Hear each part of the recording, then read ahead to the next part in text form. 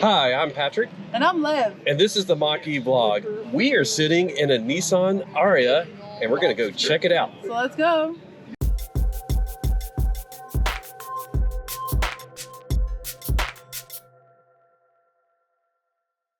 We're sitting inside the Ariya right now, but this is actually the second time that we've been in this vehicle. Yesterday, we got to do a test drive inside it. We got to ride in a test drive. So let's check that out first.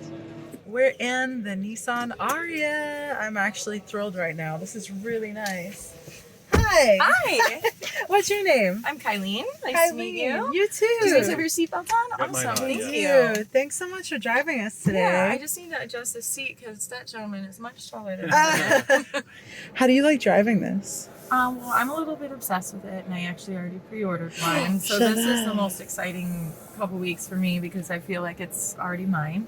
Oh, what color have you pre-ordered? I actually picked boulder gray with the black top. Nice. And with all the bells and whistles. So where I live, I definitely want our new e-Force all-wheel drive system.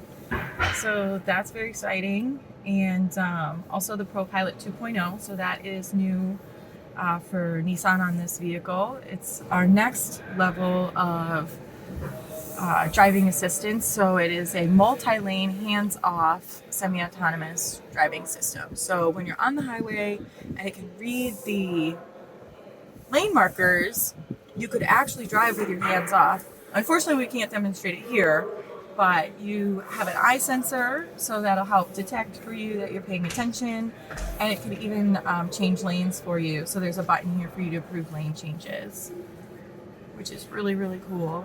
That is awesome. And I notice it has the camera for the rear view mirror. Yeah, so I have that on for you so you can see. So you always have the opportunity to have an unobstructed view behind you. So if you did have your cargo area loaded up or or me sitting here. passengers blocking it. So yeah, right now for me it's not the best view behind because like you said, Hey, you are sitting I meant obstructed view. It's a great view. That's actually But this is so cool. There's its useful. own little camera right in the top of the liftgate out back. So you can just pop that on and you'll never have to worry about being able to see what's going on behind you. So this is actually really nice. So everything is very seamlessly integrated. It's Japanese, like luxury inspired. So we want it to be as easy as possible for you. So you can just set your phone in there. I don't have it hooked up to this vehicle since it's not mine. But I mean, well, yeah, it's a wireless charger, but I'm just saying you would have wireless integration as well. So you don't need to have it plugged in to be able to use your Apple CarPlay or Android Auto. nice. So it does take voice commands. It just depends on how you set it up and what you use. There are plugs down here. There's a Type-C and a USB if you would prefer to have it plugged in. They're doing a press conference right now. Lots of people talking, blah, blah, blah. But we're super psyched because we are getting to spend time in the Nissan Ariya. We're not screeching around the track. We're just cruising and finding out all the amazing features from someone who has already pre-ordered one and is getting to drive it all day. I'm actually super psyched. This couldn't be better. Yeah, and I really have to say, I think Nissan has stepped up the luxury. Yeah. Compared to especially like the Leaf. It feels very nice. The materials are very nice inside. Yeah, this is really lovely. Like there's this sort of faux wood finish. It's almost like a burnt ash or something. It's really dark, a mahogany. I don't even know.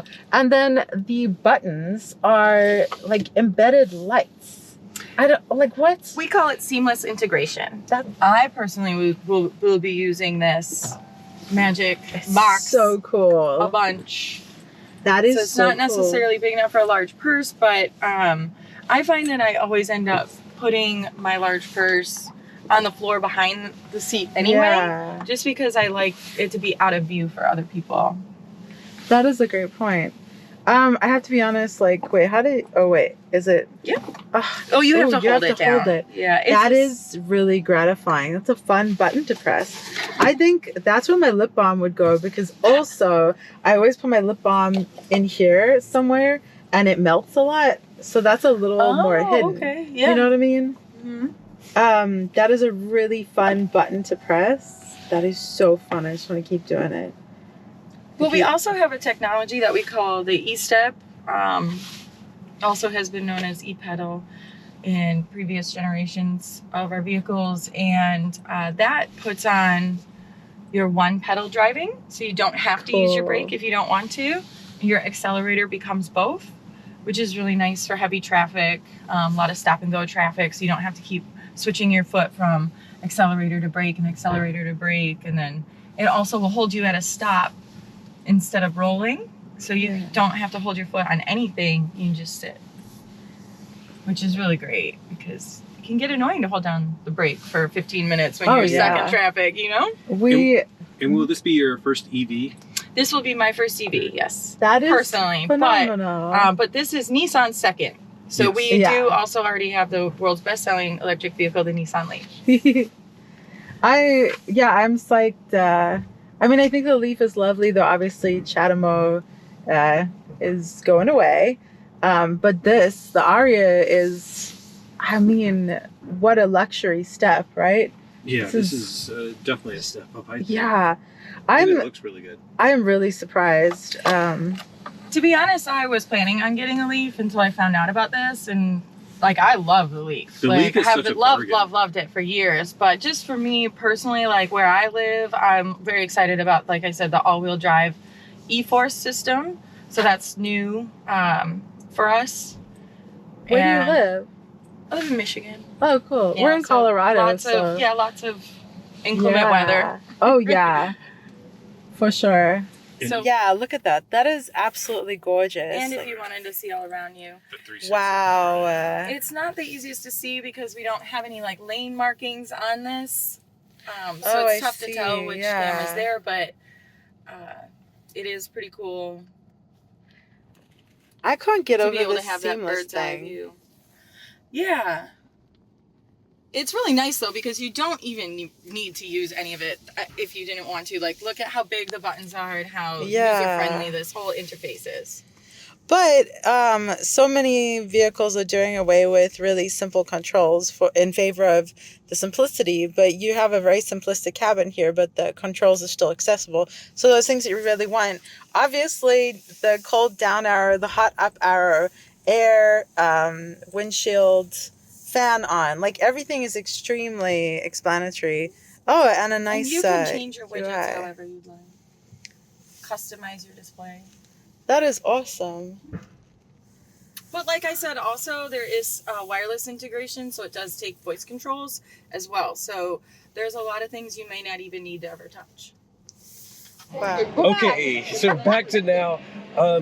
Just sitting in the driver's seat, sitting in the front seat, it feels like it's a very nice vehicle. I think they've upped the luxury, the feel of a lot of materials.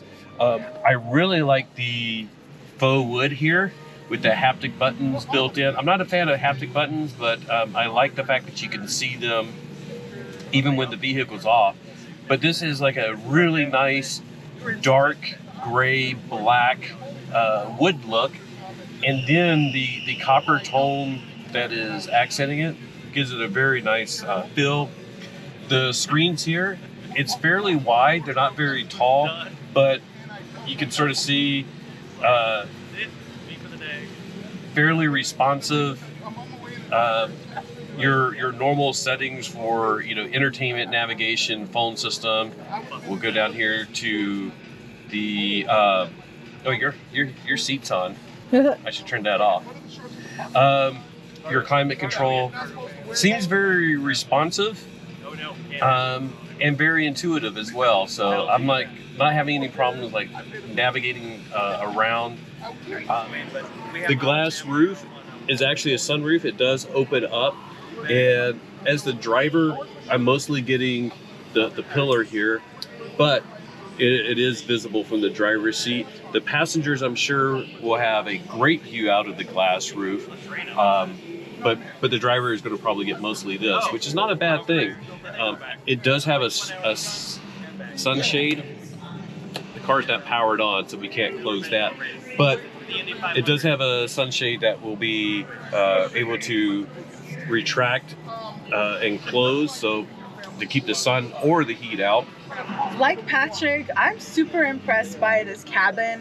The faux wood finish, this dark ash, whatever it is so cool. I love a wood finish. You know, the i3, the BMW i3 has that walnut finish, but I love how this is gray tone. Like everything in the car is grayscale in a really elegant, luxurious way. These buttons, I can't remember what they called them. It was like some sort of recessed lighting thing, but it's very intuitive. The hot and cold for the air, I can't tell if you can see, but the button is blue and red, so it's very clear. Everything lights up.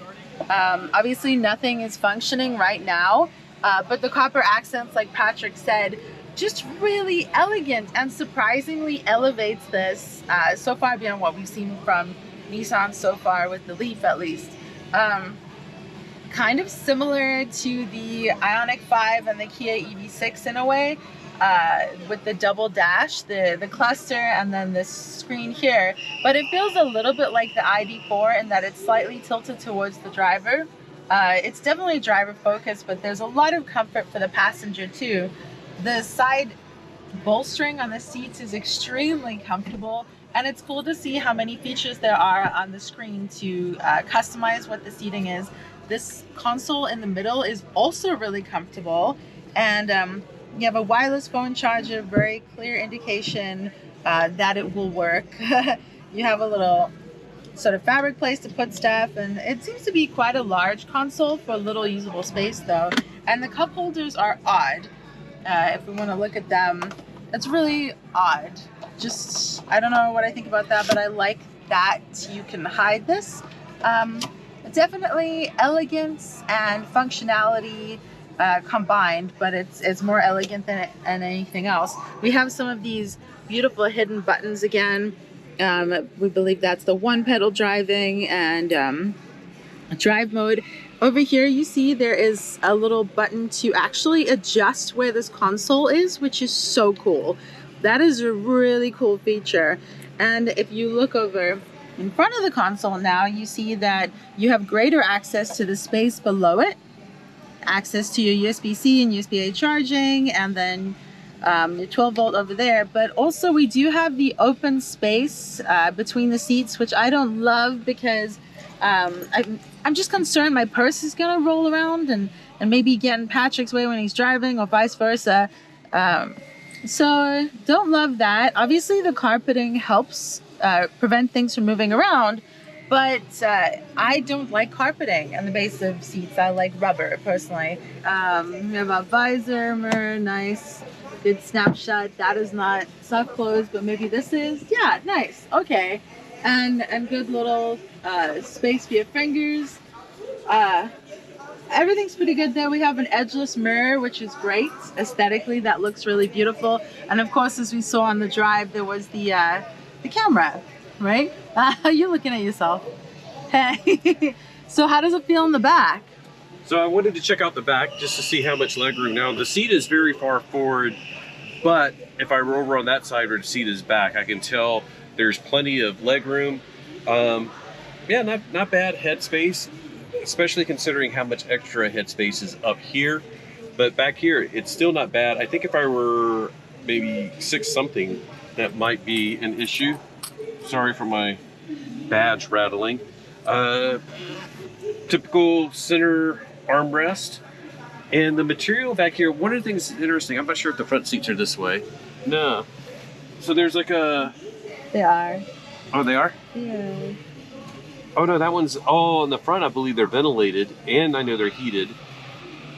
And then back here, they're not ventilated. I do not think they're heated, but it's a suede, like Alcantara type material in the center part, but this is like more regular leather. And we're gonna get out and check out the exterior, I think, because that's good enough for the interior. I'm sure you've probably seen a lot of photos and videos of the exterior of the Ariya. Seeing it in person, it looks very, very sharp. I love this silver color. We've also seen like a deep blue and a copper Nissan Ariya. All of them look fantastic, and I think the color schemes that they're picking make it have a bit of that luxurious feel that we've mentioned on the interior. So we're very excited to see this. It should be coming to the US in the fall of 2022. So hopefully we'll get to do a test drive and give you a lot more thoughts and information about the Ariya when it hits the streets. Thanks for watching.